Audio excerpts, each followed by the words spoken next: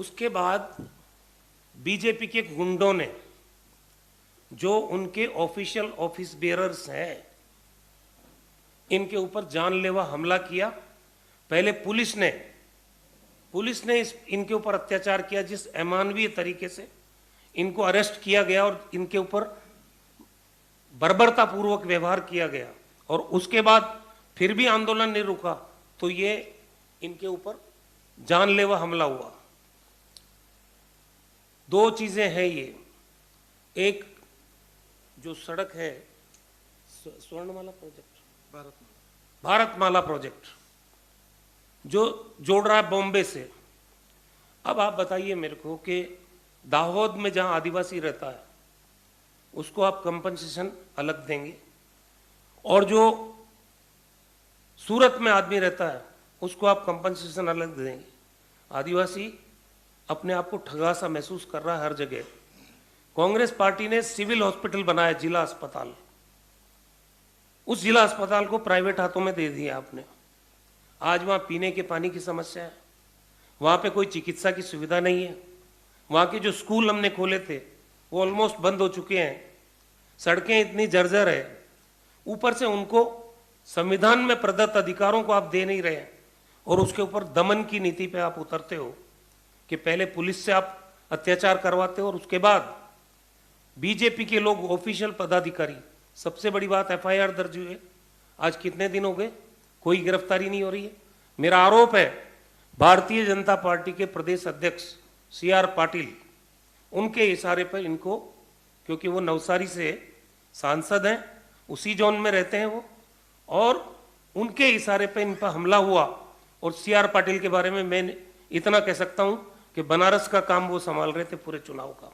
तो प्रधानमंत्री जी की प्रतिक्रिया नहीं आना, गृह मंत्री जी आप 10 दिन वहां पे हैं, प्रधानमंत्री जी 10 दिन पूरे देश की कमान को छोड़ के गुजरात में है इन दिनों में। मैं तो ये कहता हूं कि उनको कैंप ऑफिस प्रधानमंत्री कार्यालय का गुजरात में बना देना चाहिए, और गृह मंत्री तो 15-20 दिन वहां है ही है। केंद्रीय सरकार के 10-10, 20-20 मंत्री आम बात है गुजरात में। अगर आपको लगता है कि ये अत्याचार हुआ है एक आदिवासी पे, चाहे वो कांग्रेस पार्टी का है, चाहे वो एक्टिविस्ट है, आप एक शब्द तो बोल सकते थे, रोक तो सकते थे उनको।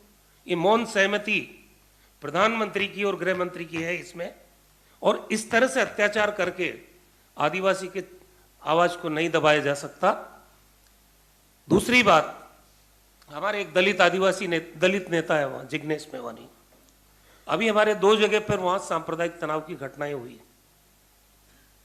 प्रधानमंत्री जी आ रहे थे वहां बनासकांठा जिले में, जिग्नेश मेवानी वडगांव से MLA उसी जिले से, उन्होंने एक ट्वीट कर दिया कि प्रधानमंत्री जी जब गुजरात की धरती पे आ रहे हैं तो मेरी उनसे विनम्र प्रार्थना है कि यहां आए तो शांति और सद्भाव की अपील करके जाएं।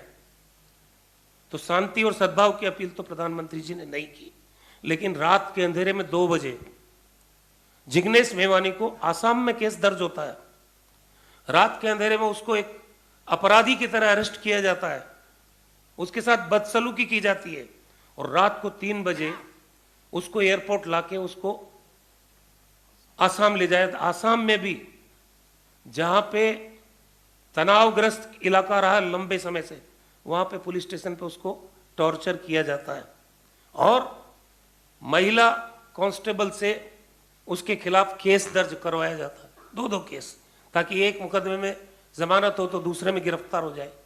तो ये दलित और आदिवासी समाज के प्रति जो भारतीय जनता पार्टी का दृष्टिकोण है कि या तो हमारे साथ आ जाओ वरना तुम्हारा ये हश्र किया जाएगा, इसको आज गुजरात के आदिवासी ने समझा है।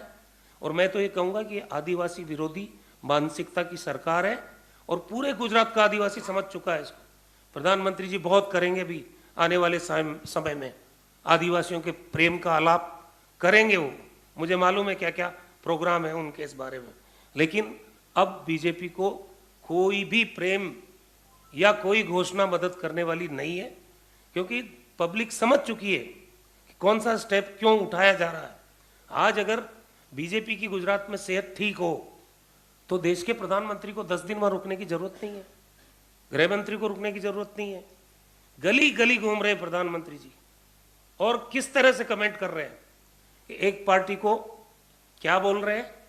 और कांग्रेस के बारे में भी पहली बार उनको कमेंट करना पड़ा। वो प्रोवोक कर रहे हैं कि हम उनके बारे में कुछ बोले और वो उसको इश्यू बना के चुनाव को खड़ा करें, जैसे प्रोवोकेशन पिछले 2 चुनाव में हो चुका है। तो ये सब स्थितियां गुजरात में चल रही है।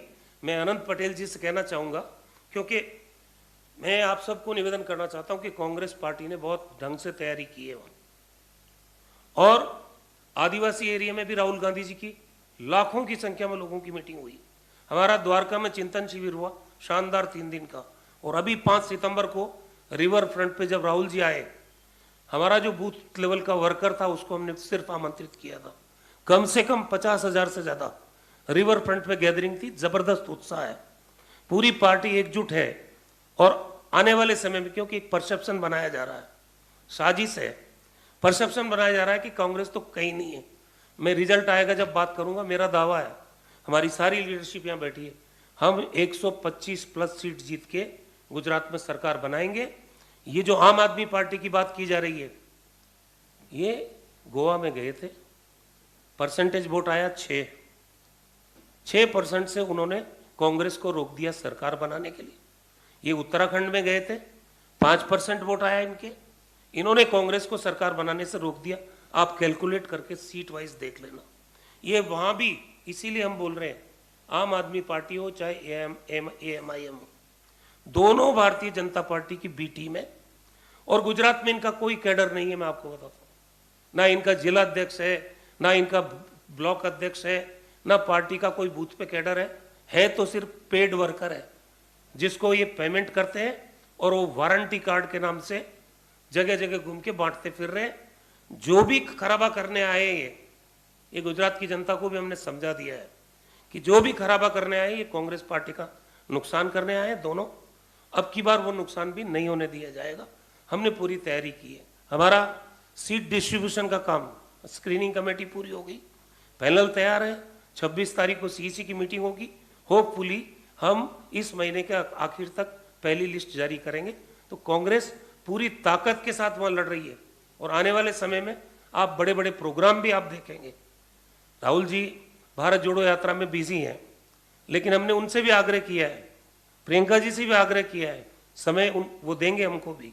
तो आने वाले समय में, क्योंकि चुनाव की चौसर, सबसे बड़ी दुर्भाग्यपूर्ण बात कि जितनी संवैधानिक संस्थाएं देश के अंदर है, आज उनका क्या स्टेटस है, इस पे हमको विचार करना चाहिए कि नहीं करना चाहिए। चुनाव 2 राज्यों में है, परिणाम दोनों का 8 दिसंबर को आएगा। एक राज्य के चुनाव की घोषणा हो गई इलेक्शन कमीशन के द्वारा। मैं पूछता हूं दूसरे राज्य की घोषणा क्यों नहीं हुई? मैं पूछ भी रहा हूं, जवाब भी दे रहा हूं, क्योंकि प्रधानमंत्री जी के प्रोग्राम लगे हुए हैं। और प्रधानमंत्री जी ने अब तक जितने प्रोग्राम किए, बीजेपी ने एक भी प्रोग्राम नहीं किया है। सारे सरकारी खर्चे पर 12-12 करोड़ के डोम एक एक प्रोग्राम में लग रहे हैं। एक टैक्स पेयर जनता का पैसा। सरकारी बसें जितनी गुजरात की है सारी उस दिन एंगेज होती है। लोगों को, जितने अधिकारी हैं उनकी ड्यूटी लगती है एक महीने तक कि आपको लेके आना, लोगों को बेनिफिशरीज के नाम पे लाना है। ये भीड़, लेकिन हवा कब निकली? हवा निकली जब इन्होंने पार्टी का प्रोग्राम शुरू किया, गौरव विकास यात्रा।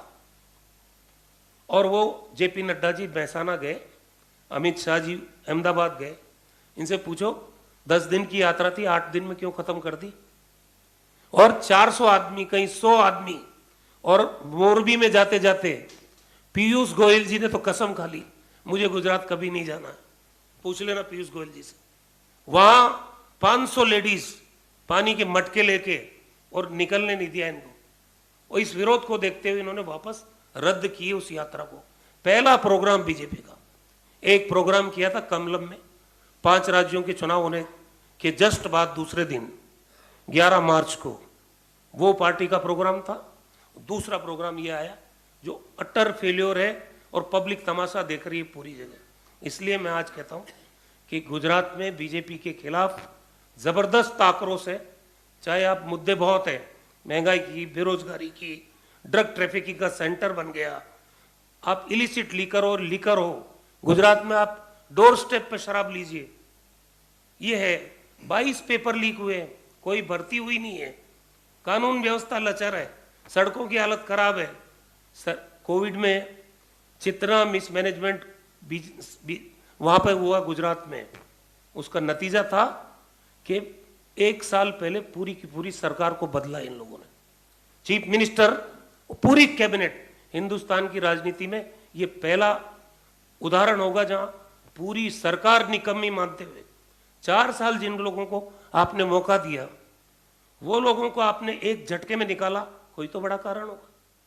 3 लाख लोग मरे कोरोना के अंदर, बेड नहीं था, वेंटिलेटर नहीं था, रेमडेसिविर इंजेक्शन नहीं था, टोसिलिजुमैब की तो छोड़ दो आप, वेंटिलेटर नहीं था, ऑक्सीजन नहीं थी, तड़प तड़प के लोगों ने दम तोड़ा, ये फेल हो गए वहां भी। और रेमडेसिविर इंजेक्शन उसकी जगह है अस्पताल में। गुजरात का एक बच्चा जानता कि सुनकर देखो, सुनकर देखो, सुनकर देखो जी। ममता, राहुल, मोदी बोले, लिखे जितेंद्र जी।